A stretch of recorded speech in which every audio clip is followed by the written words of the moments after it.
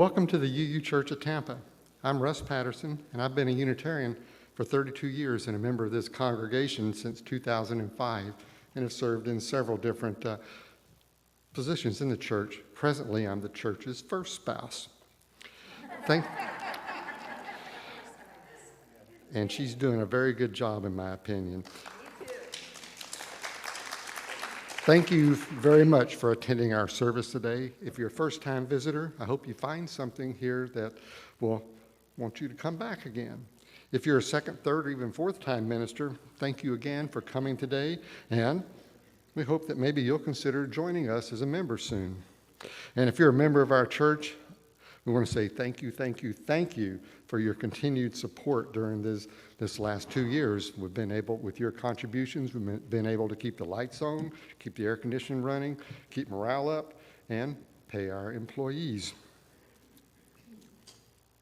We welcome today Reverend Kathy Schmitz as our minister today. She's a semi-retired UU minister and has served congregations in Massachusetts, Texas, and Florida, finally. As both a settled parish minister and as an interim, she has a passion for interfaith work and is a longtime environmentalist and advocate for social justice. When she's semi-retired, as I said before, and when she's not off visiting grandchildren. Kathy resides in Orlando with her husband, Charlie Behrens. We'll open our service today with our stone ritual. This first stone represents a joy that you may have had in the past week. This second stone represents a sorrow that you may have had. And this third stone represents your best intentions for the coming week.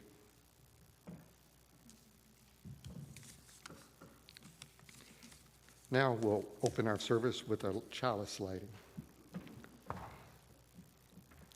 These are words by Kimberly Ann Tomzak Carlson. We are a people of beauty, an array fan-like of leaves ranging from green to gold to rust to red, recognizing the beauty around us and within us. In a voice and spirit, we gather to light our chalice. May we savor our beauty of our abundance and diversity, always cherishing one another and our earth.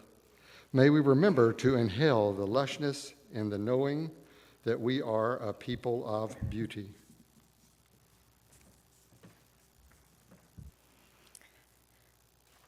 About 10 years ago, I decided to train for a sprint triathlon. It was a little thing compared to an Ironman or something like that, but it was a pretty big thing for me. It involved a half-mile open water swim, a 10-mile bike ride, and a 5K run. I live around the corner from the YMCA in Orlando, so getting to the gym was technically easy. What to do once I got there was a little less obvious, and while I've worked out off and on most of my life, this was a whole new thing. So I engaged a coach, and I am happy to report that not only did I complete the course, I could walk the next day. We do not need to discuss my time. It was, though, the most physically fit I've ever been, and I felt great. But I had no desire to repeat the challenge. It was, as they say, a one and done. And I didn't really want to commit that much time to keeping up that level of training. Still, I know I feel better when I'm tending to my physical health. And I'm glad to be back at the Y after a COVID hiatus. And I love the downtown Y because it's got people of every type and ability, and it's just a fabulous place to be. Everybody there working on themselves, whatever is right for them. I go most days, and I try to do different things in the course of the week. I like cardio on the treadmill or the ellipticals. I like weights. I do some core exercises and some stretching. A morning stretch and evening Tai Chi are part of my routine, whether I'm at the Y or not. That's actually doctor's orders.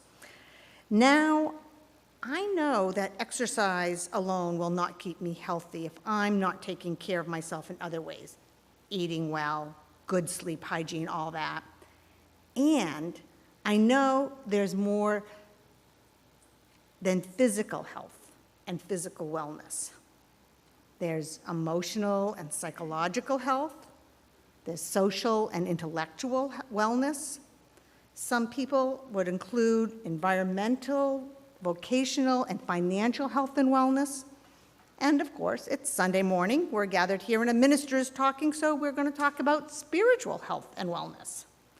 That's a lot of wellnesses to take care of. Everybody only wants 5 minutes, right? But they add up. I tend to find that health in one area impacts, usually positively, health in other areas, which is a nice bonus. But I also find that at any given time, I'm usually focusing on a couple of areas, and then I can tend to let the others languish if I'm not careful. But I do know that if I tend to my overall health, I tend to be more kind and caring, attentive, calm, reasonable, fair, and all the things. Choosing to be healthy is right for our bodies, our minds, and spirits. Choosing to be as healthy as is right for our bodies and ourselves, right, for in this time and this place, because we are all different. But when we make the choice, wherever we are, it can give us a radiant glow. It can make us content and joyful and a blessing to be around. Now, nurturing this kind of systemic health is a way of nurturing beauty, our own beauty, the kind of beauty the little girl in the story had, the kind of beauty that our meditation imagined. It's good to take stock every now and then to see how our various areas of health and wellness are faring. So I'm going to go through the list again, and I'll go slowly so you can consider briefly how you are faring in each area. Maybe make a mental note of something that might be wanting a little attention. So there's our physical health, emotional,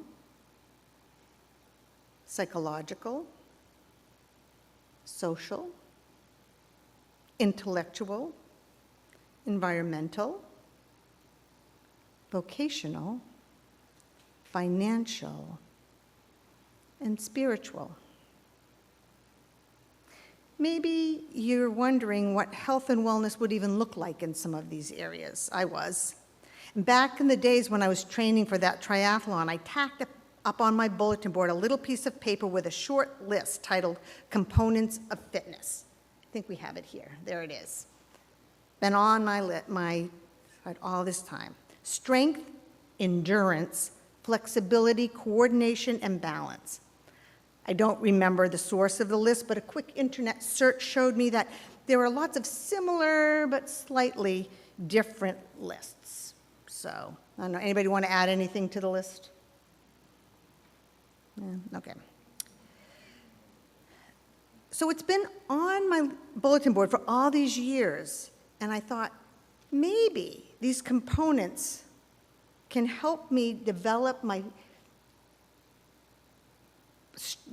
health, my fitness, that's it, in other areas in physical life. Like, what would it be like to have emotional strength or psychological endurance, social flexibility, intellectual balance, environmental coordination? So I thought today that it would be fun to play with the idea of spiritual fitness using these 5 components. Now, as a reminder, those of you who don't usually use words like spiritual and soul, I want you to be able to play along. So remember that when I'm talking and thinking about spirituality, I usually mean I'm thinking about how we are connected to something beyond ourselves. Human community, nature, the divine, the universe, each other. Lots of ways to be connected, and spirituality helps us be connected. I also think that it'll be important today that spirituality include a sense of self, our grounding, if you will, so that we know what we mean by ourselves when we say we're connected to something beyond ourselves. So let's think through these 5 components as they might relate to spirituality. And I'll just say, once I got going on this topic, I decided it would actually make a better discussion group topic than a sermon topic. So I wrote a small group session. So if you have covenant groups or chalice circles or something like that, I'm happy to give it to you. So what's the first thing that you think about when you think about physical fitness? This is not a rhetorical question. What's that? Walking. Posture. Sorry.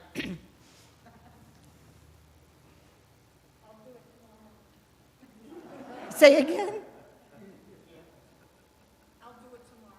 I'll do it tomorrow. Okay, so we got walking, our posture, putting it off till tomorrow. That's another sermon.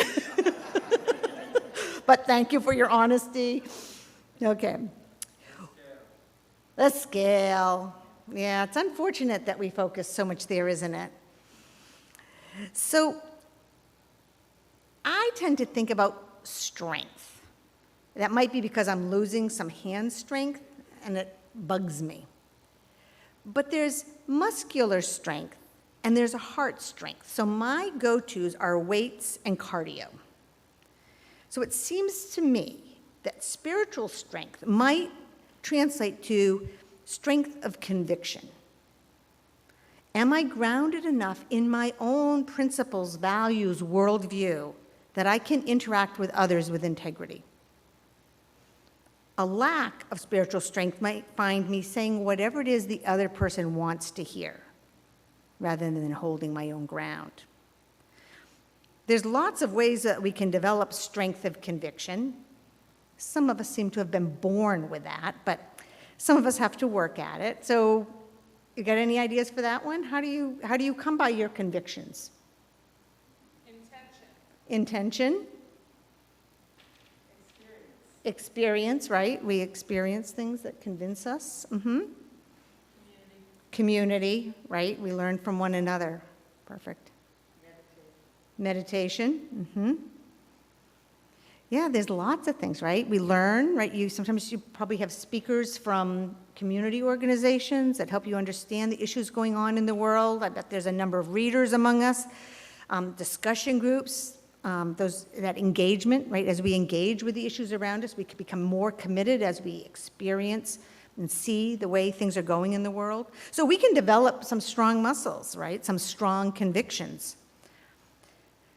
The thing is, that's a beautiful thing, but I found myself thinking about a quote that is attributed to Winston Churchill, which is, "A fanatic is one who can't change their mind and won't change the subject." So if my muscle strength equates to my convictions, I don't want to forget about my heart strength. Our second Unitarian Universalist principle says that we covenant to affirm and promote justice, equity, and compassion in human relations. How do I appropriately balance my convictions with my relationships? The rest of my muscles with my heart muscle. Often in pre-holiday services in, early November, when people are all anxious about going to see the family for the holidays, they need to be reminded that they should be their authentic selves.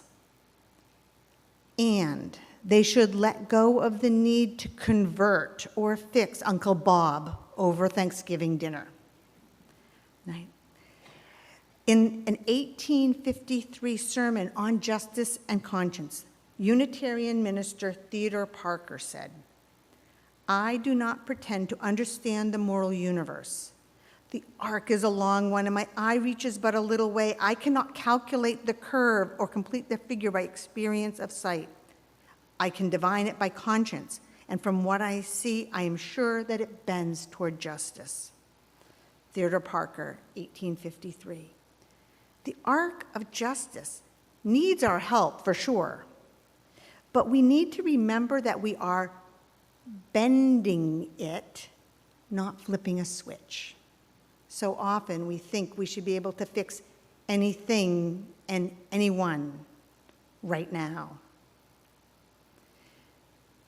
So we need strong muscles, our convictions. We need a strong heart, our compassion. But there's another thing I've learned about my strength training. Afterwards, I have to stretch. If not, those muscles become rigid, sore, and unhealthy. It's good to have strength, but we can only keep it if we're maintaining that flexibility. Can we commit to regularly taking stock of our deepest convictions to see if there is room for growth, adjustment, or new understandings? There are lots of ways to become more spiritually flexible. What are your favorite ways? Forgiveness.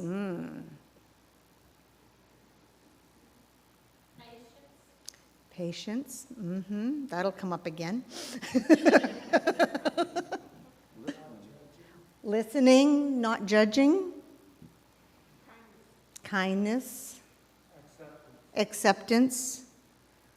Yeah, there are a lot of things that we need to, right? They don't come naturally to us all the time. We need to practice them. We need to remember them, right? Just like we go to the gym to work out on our bodies, we sometimes need to work on these other things, our forgiveness, our acceptance, our compassion. Spirituality, I think, spiritually, I think one of the blessings of religious community is that in worship or small groups or classes or even in our community action, we have the opportunity to try out ideas with one another and see how they sound when we say them out loud and to get some feedback. Like, aren't you being a little judgmental there? Or, wow, you've been carrying that for a long time. Do you think you might consider forgiving? Or do you think you can accept your daughter even with that thing that she's doing that makes you crazy? Yeah.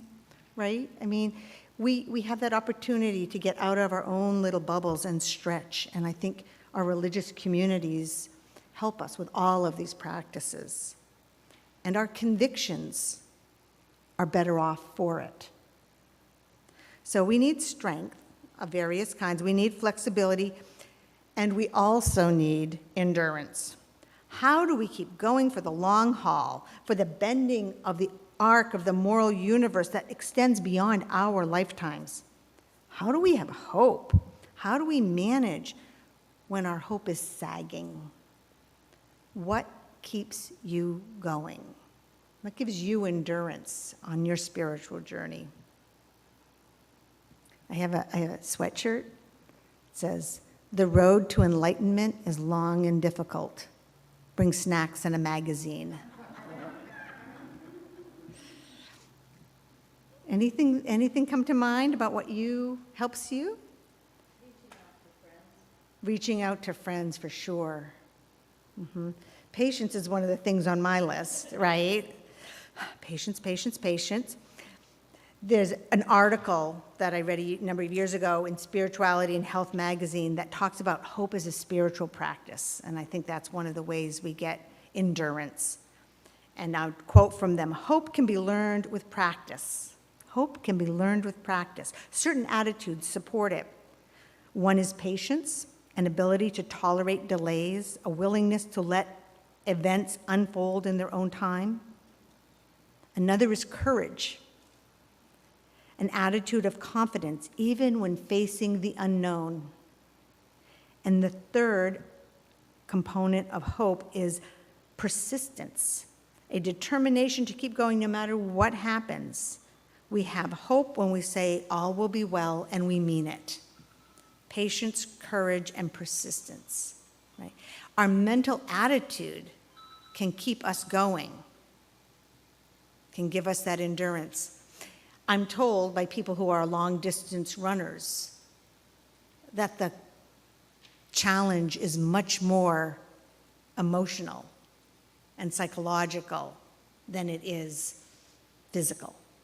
I mean, you gotta train too, but the reason that many of us are not long-distance runners is actually something in our mind, and that probably is true in our spiritual lives as well.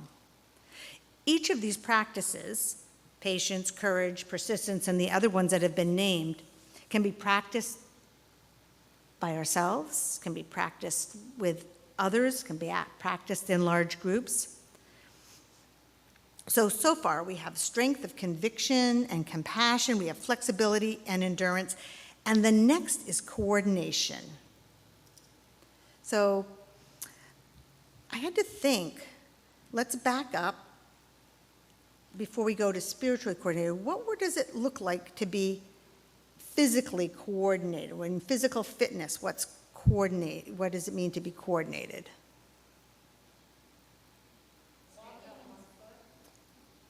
Hopping on one foot. There you go. I still remember learning the difference between skipping and hopping. You know, and it was just like learning that as a little kid for some reason.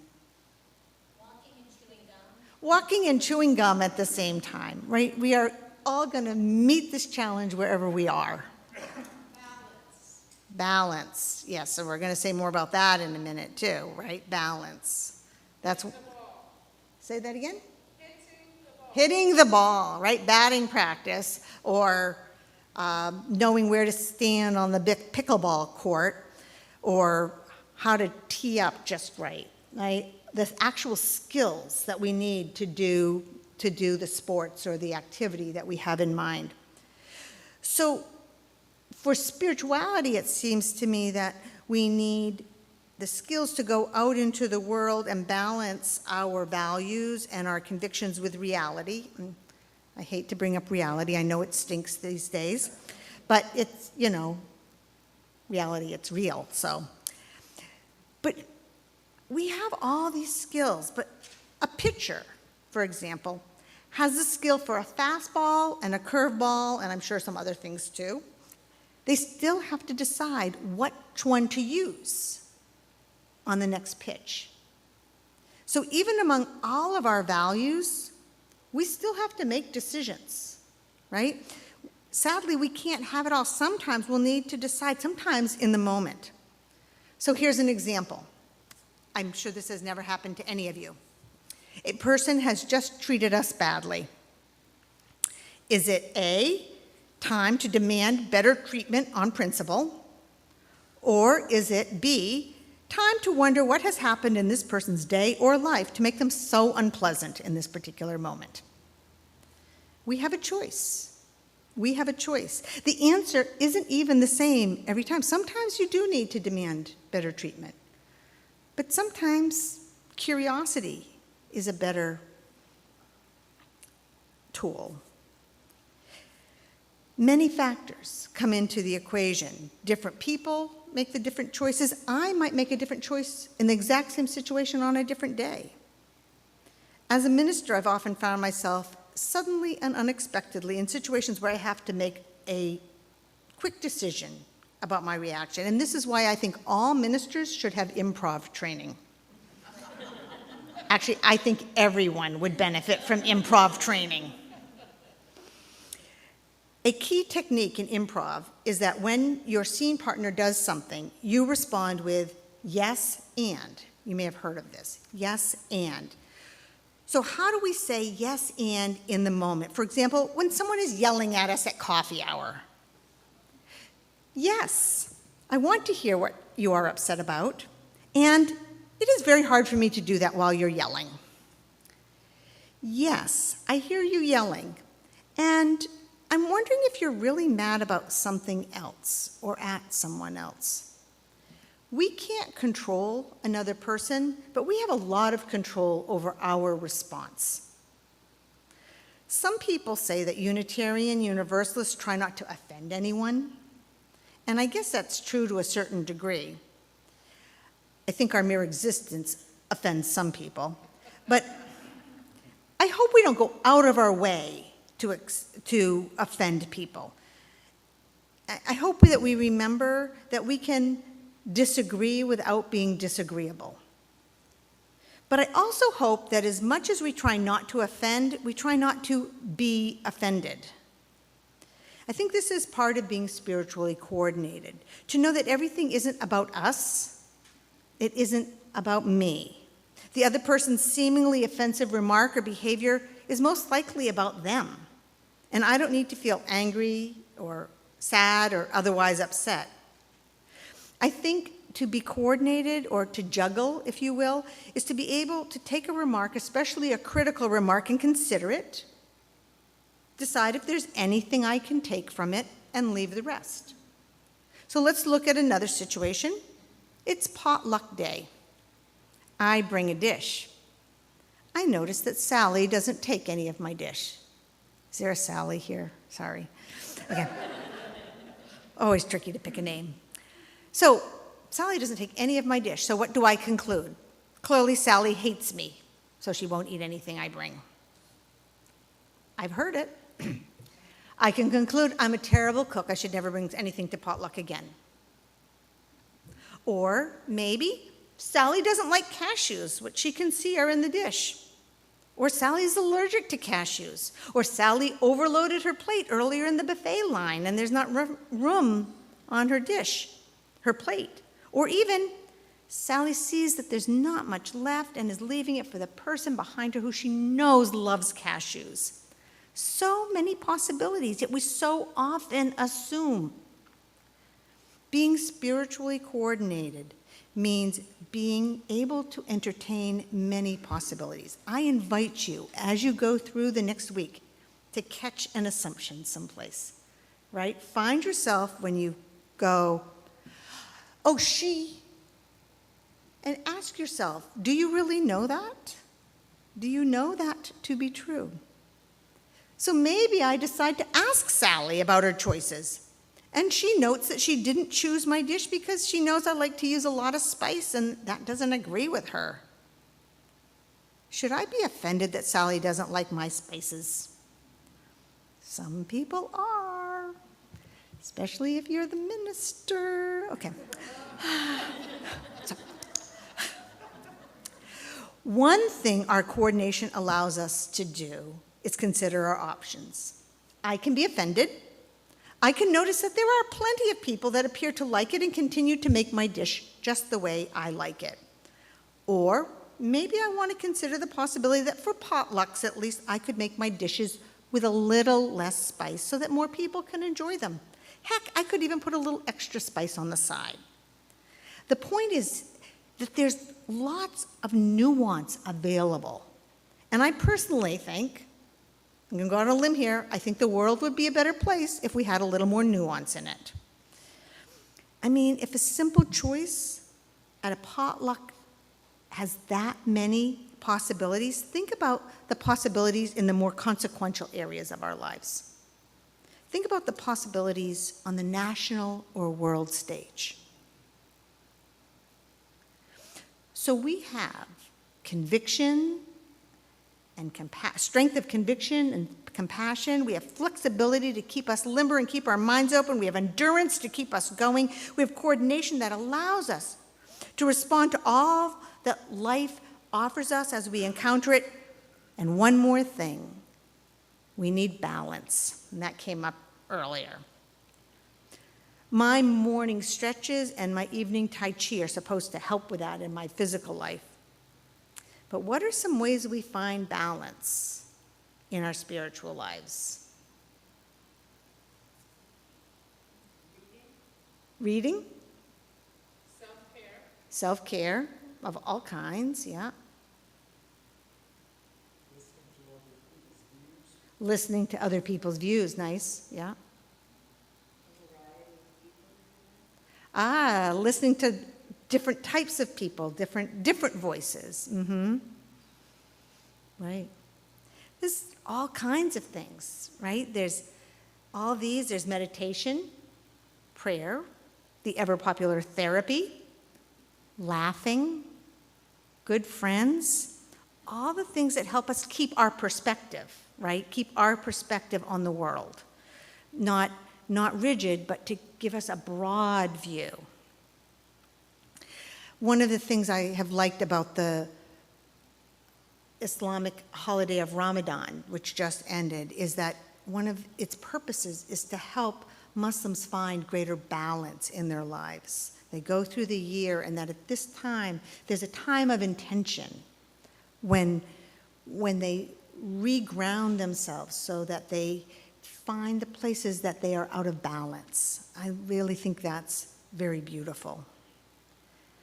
There are so many ways that we can tend to ourselves and our world, and if we stay healthy, if we want to stay healthy, we need to find time to do the things that will keep us on an even keel.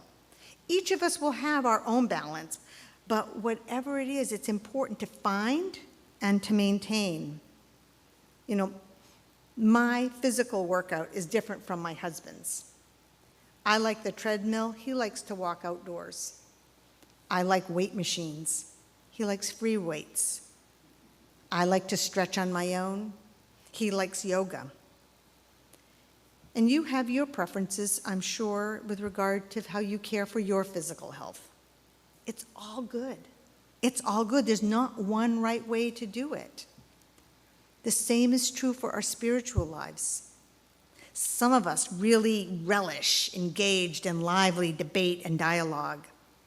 Some of us like prayer or meditation. Some of us find spiritual grounding in gardening or knitting or painting or cooking. We read different things. We have different support systems. We're nourished in different ways.